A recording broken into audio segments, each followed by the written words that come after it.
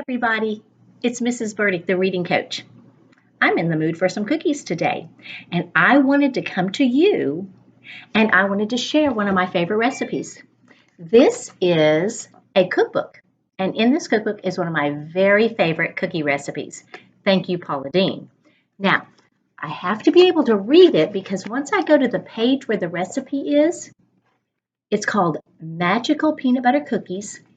And then on this page, it tells me all the ingredients, and then it tells me the directions on what I'm supposed to do to cook the cookies.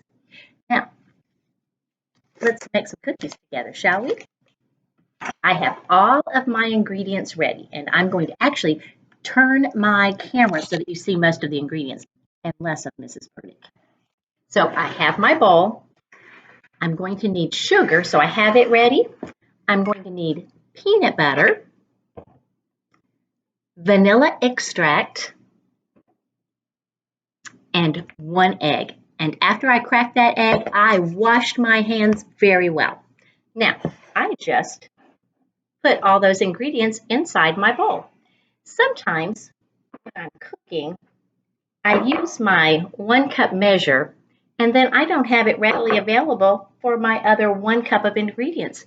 So I have 2 half cups because 2 half cups make a whole cup. There is a math lesson in there. So I put my peanut butter in, because you can't have peanut butter cookies without peanut butter, now can you? And I add my other half cup. So remember, 2 half cups make a whole. And I just needed to make sure that I was able to use the cup that I had cleaned. Now I need to put my 1 egg, and I need 1 teaspoon of vanilla. So I'm going to carefully measure my 1 teaspoon of vanilla. And that's all the ingredients that I need. So I look back at my book, and even though I have memorized this recipe, I still double check to make sure, what is that next step? Well, the next step says mix and stir the ingredients. So I am going to take my handy dandy spatula, which I love, and I am going to mix. Now, sometimes I will tell you, if you end up making these cookies with an adult, I sometimes need to add a little bit more.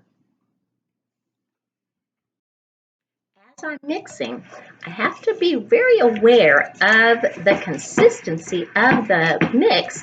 Sometimes I actually have to add just a little bit more of the sugar because I don't want it to be too gloppy. And you just mix it and mix it really well until it looks like it would hold its form on the cookie sheet. So now I have mixed it very well so that everything is mixed up. And remember, all that I put in there is a sugar, vanilla, peanut butter, and an egg. Pretty cool, huh? So now I'm going to put them on my prepared cookie sheet. So what I have done is I have taken a cookie sheet, and I like to use parchment paper. That's just a Miss Birdie thing. If you have it, great. If you don't have it, that's all right too. And I'm simply going to make my cookies using my cookie scoop. I'll catch back with you in just a minute. Now, once I have all my cookies on the cookie sheet in that ball form, I'm going to then take a little bit of sugar in a bowl, and I'm going to put it on my fork because I want to flatten these out. I make an X. An X marks the spot for a delicious cookie.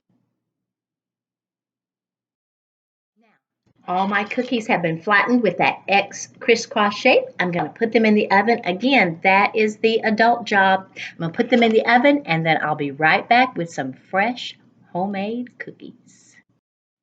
Now, when my timer went off, I used my handy dandy oven mitt.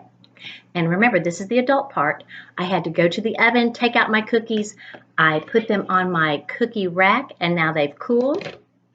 And Miss Burdick is going to enjoy a peanut butter cookie. Yum.